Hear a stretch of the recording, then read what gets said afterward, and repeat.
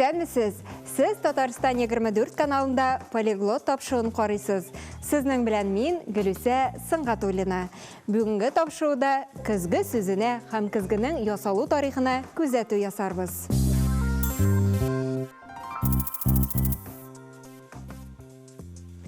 Біз қызлар кішкенеден күзгі алдында бітірілерге яратабыз.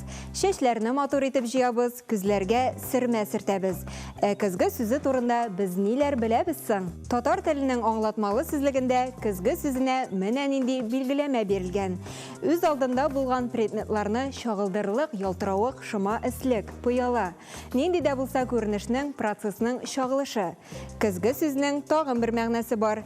Күз көне була торган, күзгә хас, күзен башкарыла торган, күз көне үсә яки өлгерә торган. Рус теленә тәрҗемәсе осенний. Күзге фарсы телендә ойне, гарәп телендә мир-ат, охшаш сүз башка төрки телләрдә дә бар. Татар телендәге күзге сүзе төрки күзә тамырыннан, үзбәктә күзгене ойне дип тә йөртәләр. Шулай ук күзгү сүзе дә бар. Әдәм баласы беренче тапкыр үзенең сурәтен мөгаен суда күргәндер. Борынгы кешеләр судагы шәүләләреннән курыкканнар, чөнки аны үзләренең өрәкләре дип уйлаганнар. Беренче күзгене кеше ташны ялтыраганчы шымартып ясаган дип фараз итәргә мөмкин. Кече Азиядә безнең эрага кадәр 7нче мең еллыкка караган археологик табылдыклар арасында обсидиан ташын шымарту юлы белән ясалган күзгеләр бар. Америка халыкларында да мондый күзгеләрнең булганлыгы билгеле. Аннары чират металл күзгеләргә килеп җиткән. Бронза күзгеләрне археологлар безнең борынгы бабаларыбыз яшәгән урыннарда да тапканнар. Тарихчы Гайнетдин Әхмәров түбәндәгеләрне яза. Казан халкы кеби булгарларның да киемгә вә зиннәткә үлчәүсез мал исраф иткәннәре күренә.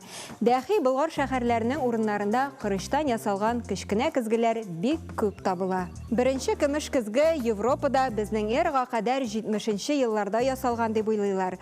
Пыяла уйлап табылгач, металл көзгеләрне пыяла белән каплый башлаганнар. Көзге пыяласы ясау сырын Венеция осталары буыннан буынга тапшыра килгәннәр. Сырны бик нык саклаганнар. 17нче гасырда гына француз министры эш Венеция остасын Францияга китереп, көзге ясау сырын ачуга ирешә. 1648 елда инде французлар көзге пыяласын кыйып ясау әмәлен табалар. Россиядә беренче көзге заводы Киев шәһәрендә төзелә. 19нчы гасыр урталарына кадәр көзге ясау эше сәламәтлек өчен үтә зыянлы булып саналган.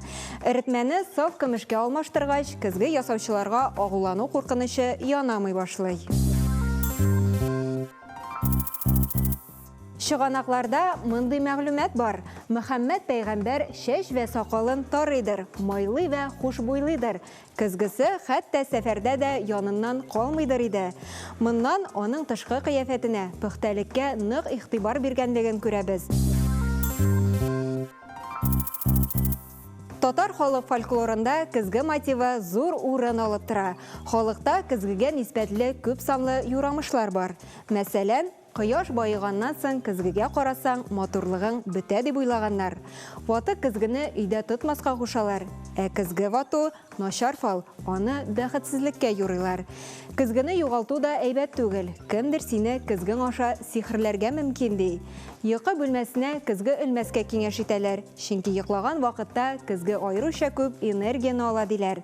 Көзге каршында күбрәк бетерелгән саен, кешегез, сәламәтлегез читкә китә дигән сүз дә бар. Төштә ватык көзге күрү һәр төрле бәла казалар турында хәбәр итә. Хәтта көзге ватык булмаса да әйбәт түгел, сезне кыенлыклар көтеп тора дигән сүз. Төштә көзгедә ниндидер ят кешеләрне күрү исә сезгә карата гаделсезлек булачагын кисәтә диләр.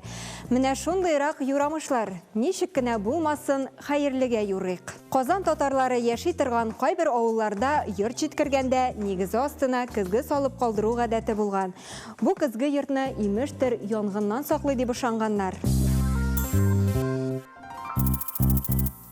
Шушының белән тапшыруыбыз ахырына якынлашты.